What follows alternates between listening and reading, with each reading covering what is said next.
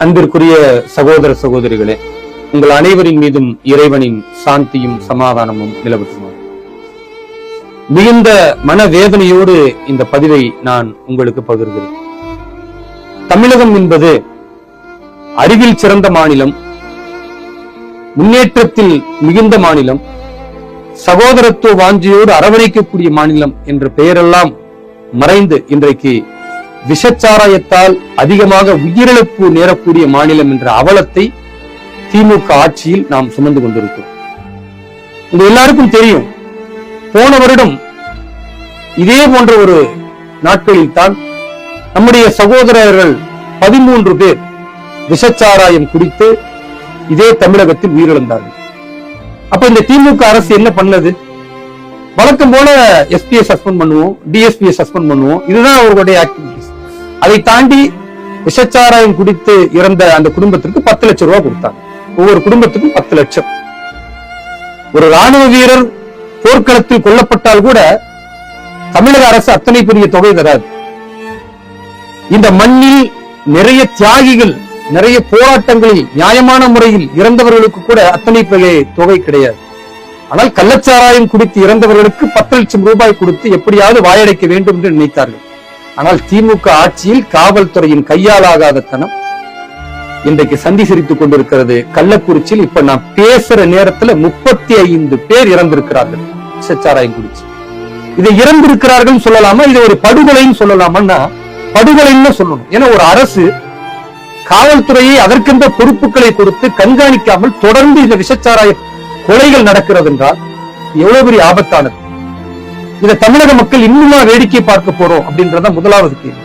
இரண்டாவது, தமிழக முதல்வர் திரு ஸ்டாலின் அவர்களுக்கு நாங்கள் என்ன கோரிக்கை வைக்கிறோம்னா, வெறும் 10 லட்சத்தோட நிறுத்திடாதீங்க. அது போன வருஷம் நீங்க சொன்ன திட்டம் 10 லட்சம் கொடுப்பது விஷச்சாராயத்துல இறந்தவங்களுக்கு. இந்த வருஷம் அடுத்து கொஞ்சம் நீங்க டெவலப் பண்ணி 10 லட்சமும் கொடுக்குங்க. அரசு வேலை வாய்ப்பு அந்த குடும்பத்துல ஒரு ஆளுக்கு கொடுங்க. இது அடுத்த கட்ட முன்னேற்றமா இருக்கட்டும். எப்படியோ உங்களுடைய ஆட்சியின் சீரழிவு தன்மையில அடுத்த வருடமும் கள்ளச்சாராயத்தில் இன்னொரு 50-100 பேர் இறந்துருவாங்க. அதுக்கு அடுத்த கட்ட முன்னேற்றமா 10 லட்சம், அரசு வேலை வாய்ப்பு, பிள்ளைகளுக்கு கல்வி என்று அந்த விஷச்சாராயம் குடிக்கக்கூடியவர்களுக்கு வேற என்னெல்லாம் நீங்கள் தர முடியுமோ அத்தனை விஷயங்களையும் நீங்க கொடுத்தீங்கன்னா அது இன்னும் விஷச்சாராயம் குடிக்கக்கூடியவர்களுக்கு ஒரு ஊக்கம் கொடுக்கும். விஷச்சாராயம் விற்கக்கூடியவர்களுக்கு அதை விட பெரிய ஊக்கம் தரும். இப்படியா ஒரு ஆட்சி நடத்துறது எவ்வளவு பெரிய கேவலம், அசிங்கம்.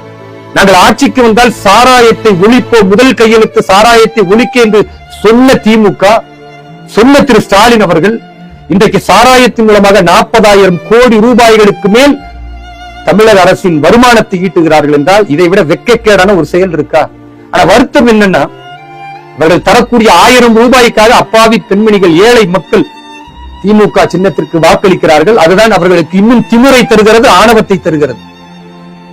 எவ்வளவு பெரிய கொடுமை. இந்த நிலை மாற வேண்டும் என்றால் பாரதிய ஜனதா கட்சி வாக்களிக்கிறது. நாங்கள் ஆட்சிக்கு வந்தால் மதுக்கடைகளை மூடுவோம்.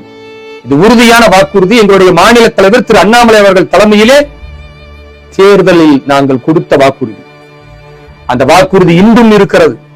திமுகவை உடனடியாக நாம் இந்த அரசியல் களத்தில் இருந்து அகற்ற வேண்டும், ஆட்சி கட்டிலில் இருந்து அகற்ற வேண்டும். இது தமிழக மக்களின் கடமை. ஏதோ இது போன்று செய்தி வருகிறது, அரசை திட்டுகிறோம், பேசுகிறோம், அடுத்த 5 நாட்களில் மறந்துட்டு போயிடும்னா இறந்து போன 35 குடும்பங்கள் இன்னும் எத்தனை பேர் இறக்க போகிறார்கள் தெரியல. அது வேற மனவேதனையா இருக்கு.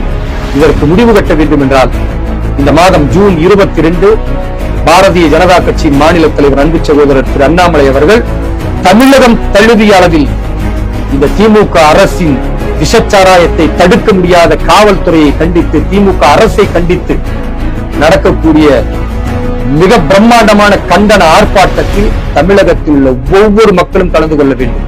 மாணவர்கள் கலந்து கொள்ள வேண்டும், இளைஞர்கள் கலந்து கொள்ள வேண்டும். இனிவரும் சமூகத்தில் இப்படிப்பட்ட இறப்பு நடக்கக்கூடாது என்றால் திமுகவை நாம் ஆட்சி கட்டிலிருந்து அகற்றுவதற்கு ஜூன் 22 தமிழகம் முழுக்க பாரதிய ஜனதா கட்சியின் தலைமையில் ஒன்று சேருவோம். புதிய பாரதத்தை படைப்போம், புதிய தமிழகத்தை படைப்போம். மதுவில்லாத தமிழகம் என்பதுதான் பாரதிய ஜனதா கட்சியின் நிலைப்பாடு. அதற்கு தமிழக மக்கள் அனைவரும் ஒன்று சேரும் இந்த ஆர்ப்பாட்டத்தில் பங்களித்து தங்களுடைய ஒற்றுமை உணர்வை காட்ட வேண்டும் என்று உங்கள் அனைவரிடத்தும் வேண்டு விரும்பி கேட்கிறேன். நன்றி. வாழ்க வளமுடன்.